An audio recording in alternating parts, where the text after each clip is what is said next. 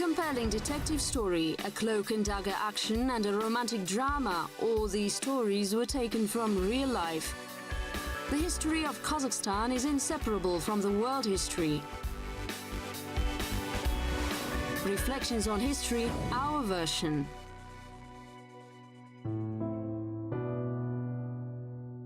Following the covenants of knights. Thank God I'm healthy. We're taking an examination soon, and I hope that I will be among our class' top 5 pages. The boy looked out of the window. His classmates were planning mischief again. This time they wanted to slide on hats. Although such an occupation was inappropriate for a Khan's heir, it was so much fun. Actually, the regime was so harsh and unusual in the corps, but he could not argue with his father about it. He dipped the quill pen into the ink and quickly added. Just forgive me for spending so much money on lessons, which I'm going to take during these 2 weeks. Your son, Sahib Girey. 4 people who were Sahib Girey, Ibrahim, Ahmed Girey and Gubaidullah graduated from the St. Petersburg Page School. They were members of high society, thus the correct etiquette, attentiveness and dignified manners were required. Later, they became high-rank officers of Russian army. Chapter 1. Sahib Girey. When Paul I became a Grand Master of the Order of Malta, the Hospitaller Order of Malta was situated in this building for some time. Moreover, every junior page was given the Gospel and Malta Knights' covenants. One of them said that you would love the country where you had been born. Ты будешь любить страну, в которой родился. To love the country where you were born. It was in the Bouquet Hoard in 1840. Jahangir Khan wrote to Sultan Chokia Nur Aliyev that at that time it was necessary to have knowledge of various sciences.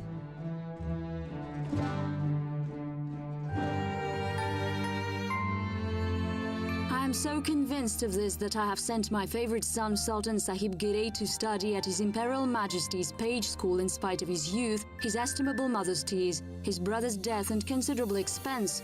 He will study there until he gains knowledge of all the sciences needed for a good ruler.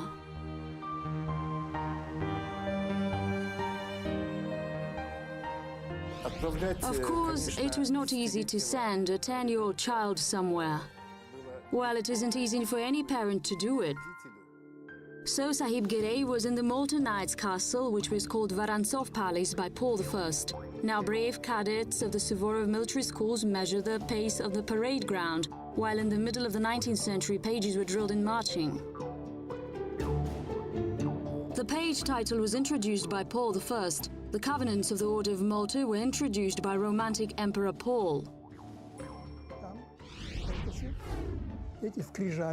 The tablets, on which the main virtues of a Knight of Malta were engraved, hung in the school. They said that you would respect the weak and would become their defender.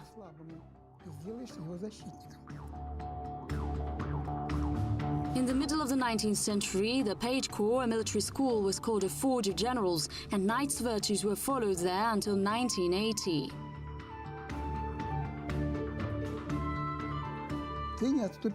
You will not retreat from enemies, will not lie, you will honor your promise, will be generous and will support charity. It seems that Jahangir's eldest son was eager to adhere to high principles. Only encouraging news about the Sultan came from St. Petersburg, and this made his mother tremendously proud of his achievements.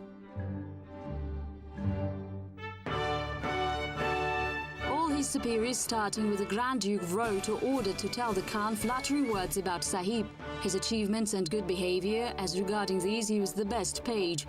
The principal informed the Khan that when he had become a 5th former, he had got full marks for all the courses and had never been fined. He's really God's blessing for me.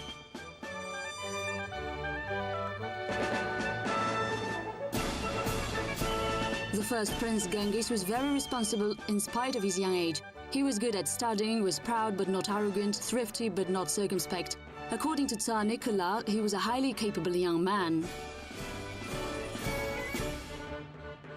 As for Sahib Girey's progress, his teachers were eager to give him good marks.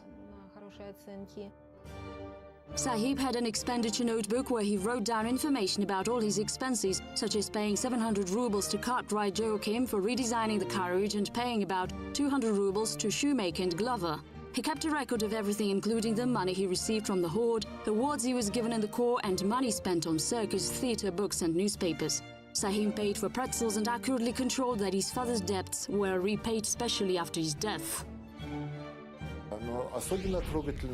A record concerning his younger brother Ibrahim is especially touching. It says that he saved 5 rubles in order to buy a sledge for him.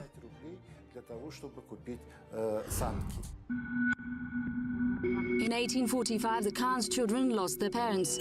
First, their father Jahangir died, and 2 months later his wife Fatima died too.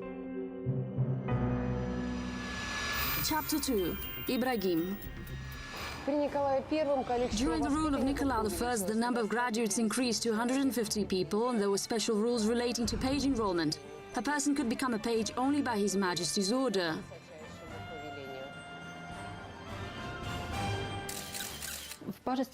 Being just brought there and enrolled was an exceptional case. Usually, in order to enter the page corps, children had to take entrance examinations. The selection rules were always very strict, and this process was under the Tsar's control. The Tsar deigned to pay attention to the needs of Khan's heirs. According to the court councillor Matveyev, the children were in need. On visiting the seat, he was shocked by Gardin's reluctance to take care of Jahangir Khan's young children.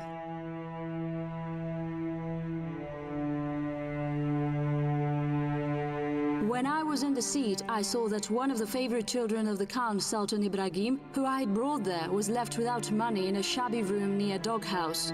He had been suffering from a fever for 2 weeks, and I insisted on providing him with the best rooms and money.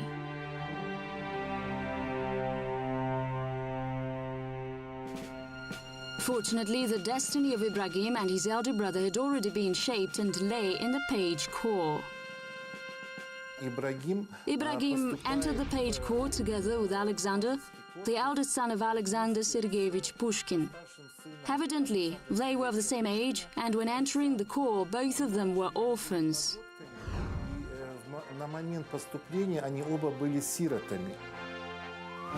At that time, Sahib Girey was among seniors who were called cornets. As for Alexander Pushkin and Ibrahim Jahangirov, they were juniors called beasts in page slang. Daily schedule was rigorously stuck to and was hardly different from the ones in soldiers' barracks. They got up at 6 o'clock in the morning, washed, and had some bread with butter or a meat pie for breakfast. Before classes, they had to undergo a medical examination.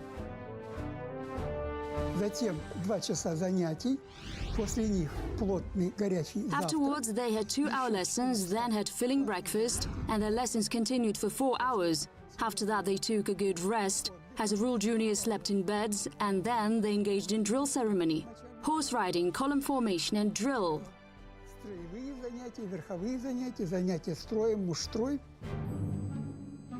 In the evening, they had a free time and could write letters, read, communicate with each other, and walk. In winter, there was a skating rink on the drill square and a snowslide in the garden. It is interesting that it was necessary to wear high boots and warm socks, while it was prohibited to wear a greatcoat, even in freezing weather. In any weather, they could only throw a greatcoat over their shoulders. At 10 p.m., everybody went to the dormitory to sleep. Only the order can form a strong personality. However, in places where order is maintained, there are always some violations. Children cannot help getting into mischief, which is not always harmless. The bullying was called Sukani there. Mainly seniors bullied their juniors. They could bully by putting a student in a barrel and kicking him downstairs. However, in advance, they had wrapped a towel around his head in order to avoid injuries. Of course, if cadets involved in such mischief were caught or someone complained about it, they were punished. However, successors of the Knights of Malta considered informing on somebody the most shameful affair. Punishment for shameful acts included not giving lunch, prohibition to have a holiday, locking in a dark isolation cell, providing a guilty student only with bread and water, and in some cases flogging was used too. Usually after being flogged, a cadet was excluded. Moreover, they always were punished publicly. They also could be punished in secret in a bathhouse, and other cadets could only find out about the punishment by chance. There is no direct evidence in any document that Jahangir Khan's children were punished for misbehavior or breaking the rules in the page corps.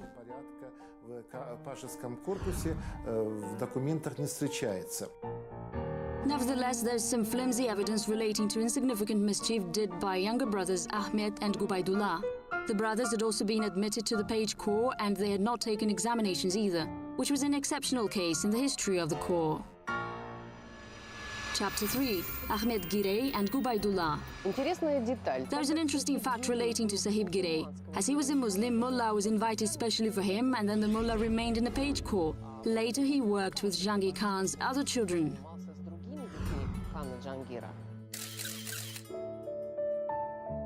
In August 1849, Ahmed Girey and Gubaidullah arrived in St. Petersburg. At that time, Ibrahim was a senior and, of course, he looked after his brothers. It seems that they were lucky. Even if they didn't avoid bullying, it could not be harsh. Incidentally, at that time, another son of Pushkin, Grigory, was studying in the corps.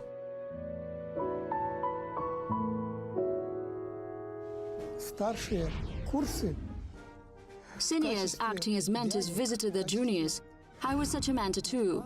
This custom was spread in the page corps and in all the other cadet corps, and in Suvorov Military School in particular.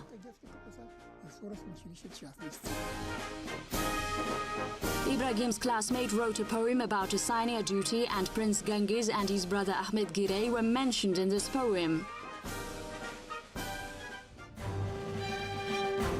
Attention, we can even hear fly buzzing. Gloomy pages are standing while the colonel says that chamber pages Zadonsky, Lindfors, Kozlov and private pages Genghis, Fredericks and Milgunov will go.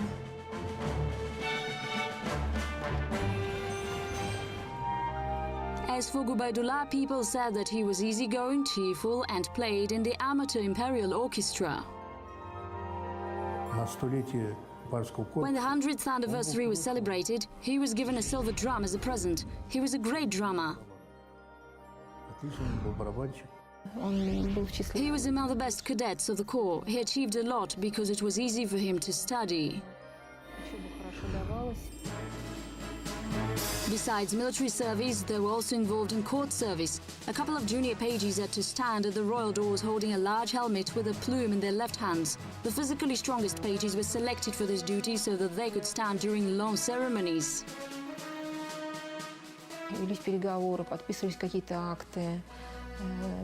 When negotiations were conducted or some acts were signed, these boys were there too. They did not hear everything, but they saw it and were close by. Они пусть не все слышали, но они видели, и они были рядом. Regular presence in the Winter Palace and participation in the court life were required. In addition, annually the Emperor and Empress personally visited their pages. Their visits were unexpected because they came without warning. Mainly it happened in winter between 1 and 4 o'clock. Epilogue. Last nights. Cadets achieving the best results in studying became chamber pages. Later they joined the guard units while ordinary pages went into the army. All of Jahangir Khan's 4 sons became chamber pages. Every graduate took a great pride in octagonal Maltese cross, which was an emblem of the corps of pages. There was not only an emblem but also a ring. The ring was made of metal, but its inner part was made of gold. The creed of this ring said that you would be strong like metal and pure like gold.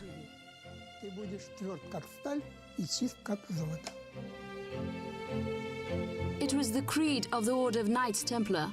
On seeing the ring and recognizing a graduate, all the pages, regardless of their age, used informal style, talking to each other. The unity of these two metals symbolized friendship. The majority of the pages made a brilliant career, and some of them even went down in the world history. They were the last knights of the 20th century.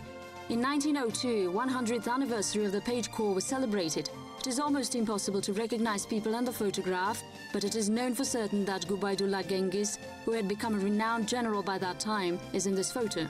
Sahib Girey and Ibrahim died at a very young age, while Ahmed Girey lived a long life and was promoted to a colonel.